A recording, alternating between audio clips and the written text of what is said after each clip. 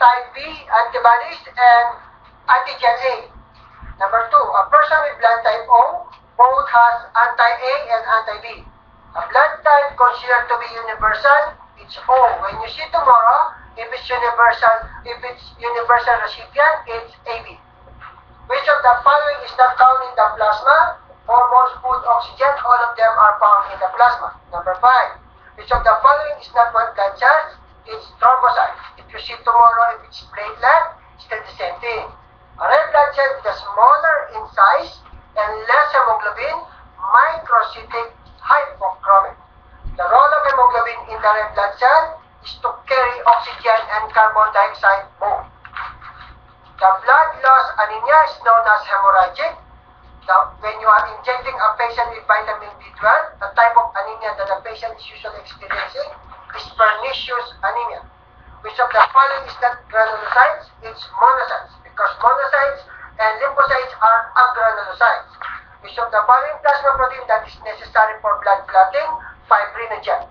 Which of the following tissue that is not involved or that is not involved in red blood cell formation? All of them are involved. Which agranulocytes produces antibody? It's lymphocytes. Which granulocytes is the most numerous phagocytes? Neutrophils. Which granulocytes help against infection and for parasites? Eosinophils. Acromegaly, when there's an increase or hypersecretion of growth hormones. Dwarfism is hyposecretion of growth hormone. Which of the following is not true of glucocorticoids? Definitely it helps to regulate sodium and blood potassium level in the body, because sodium and potassium is for mineralocorticoids or aldosterone. Which of the following is not a symptom of Cushing syndrome? Is virilization in women, because virilization in women is for androgen. Which of the following statement is true? Glucagon and insulin are antagonistic to each other. 21. Which of the following is not true of the thymus gland? It is located in the neck, because the neck, usually the thyroid gland, is not the thymus. Okay? The eye is considered as special cells. Which of the following is of the layer of the tissue that is not part of the eyeball? Is the conjunctiva, because your conjunctiva is here, eyeball is inside. Which of the following is not associated with the retina? It's the lens. If the eyeball is elongated, what causes the condition is usually the myopia and nearsightedness, so it's A and C. The leading cause of permanent blindness in the elderly, macular degeneration. The external ear ends in the tympanic membrane. If you don't see the tympanic membrane tomorrow, you may see the word eardrum. Which of the following structure in the inner ear that is for the organ of hearing? The cochlea. What's the leading cause of hearing loss or progressive hearing loss through aging? That's presbycusis. Which of the following is not true of the taste of the sense of taste? All of the above are true. But if you see tomorrow that there are only three primary taste buds, that's the fourth one, because we have four primary tastes. The condition known as the night blindness, nyctalopia. Which of the following that is related to the balance and equilibrium of hearing? That's crista ampullaris. Sensory neuron is known as afferent. If you see tomorrow motor, that's what we call efferent. Which type of glial cells? That is micro-eating microglia. Which of the neurotransmitter that is not considered catecholamines? That's acetylcholine. Which of the following neurons that is classified as cholinergic? When you say cholinergic, it's acetylcholine. Therefore, it's parasympathetic preganglionic and sympathetic preganglionic. Because the next question is for the adrenergic or norepinephrine. That is the sympathetic postganglionic neuron. Which of the following example of morphine-like neurotransmitter? Enkephalin. Parkinson's disease is usually deficiency in dopamine.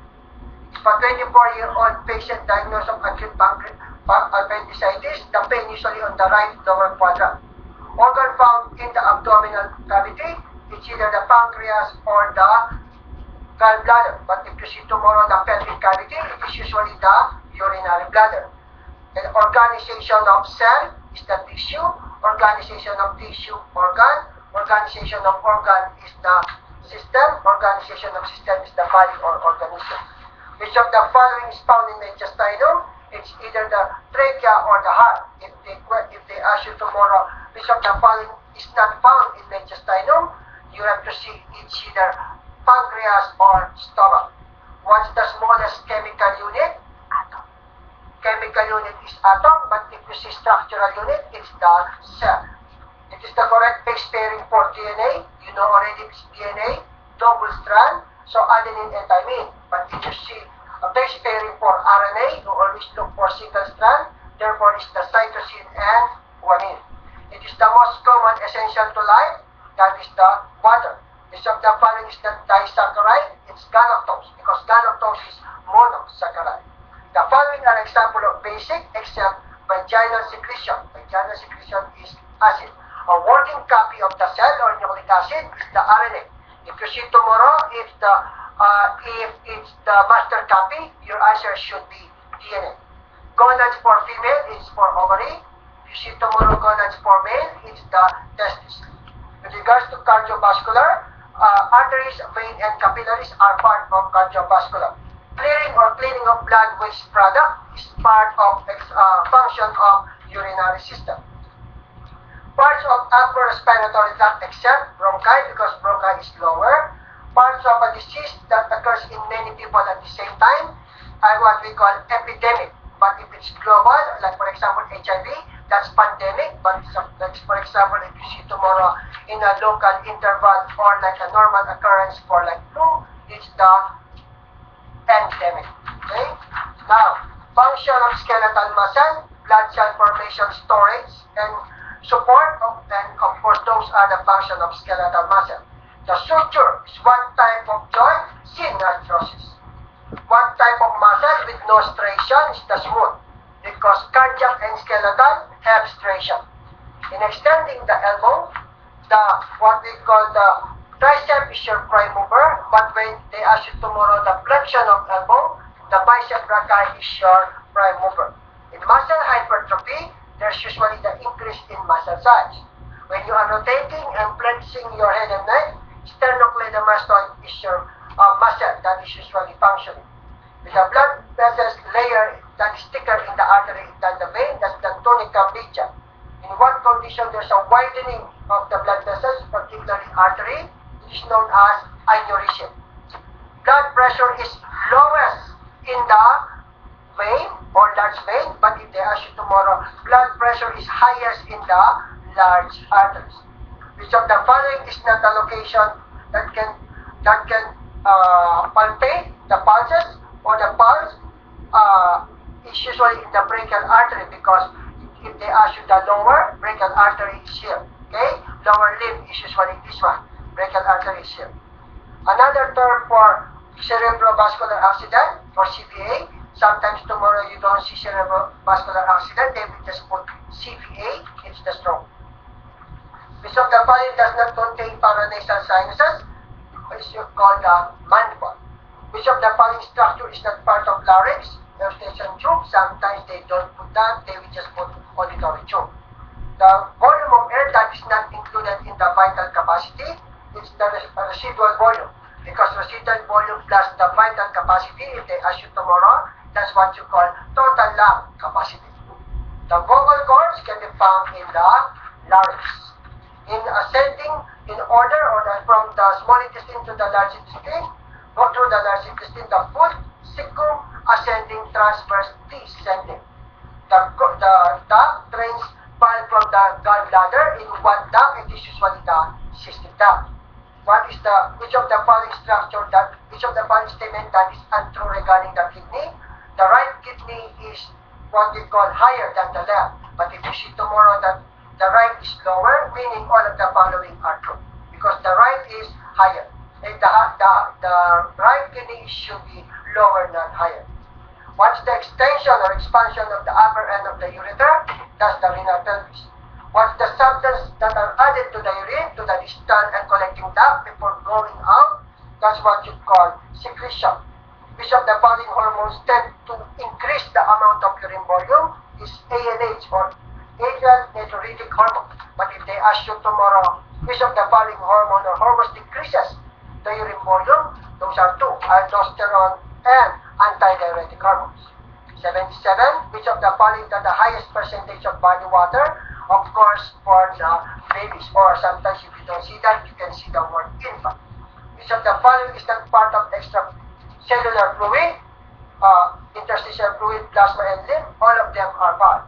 Which of the following does not play in the role of fluid regulation? ACTH, because ACTH is glucocorticoid. Loss of elasticity is a diagnosis of or sign of dehydration. The most abundant compound in the body is the sheer none of the above, because the answer it should be water. Fertilization occurs in the outer part of the oviduct. The sequence of development of fertilized egg, like I said, fertilization, and then the last one is implantation. Then you put zygote, morula, and blastocyst. The stimulation of spermatogenesis in the follicle-stimulating hormone. It is a gland produces a thick yellowish containing fructose, about 60% of seminal fluid, seminal vesicles. The gonads for male, that's for testes, and then for female, that's for ovary. Testosterone secreted by interstitial cells of lady. What's the normal potassium level? It's 3.8 to 5.1. If they ask tomorrow what's the normal calcium, it's 8.4 to 10.5. And if they ask you what's the normal sodium, remember the sodium is always the biggest. So it's 136 to 145. Filtration occurs in the renal corpuscles. The hormone ADH is released from pituitary gland. Now, the second heart sound is caused by the closure of your semilunar valve. When you say semilunar valve, these are the pulmonary and aortic. But if they ask you tomorrow, the first heart sound is a closure of one valve, the mitral and tricuspid. Another name for hardening of the arteries, atherosclerosis. And the last one is the pacemaker of the heart is the SNO. So please come tomorrow exactly 5 o'clock so that we can go home early. Thank you.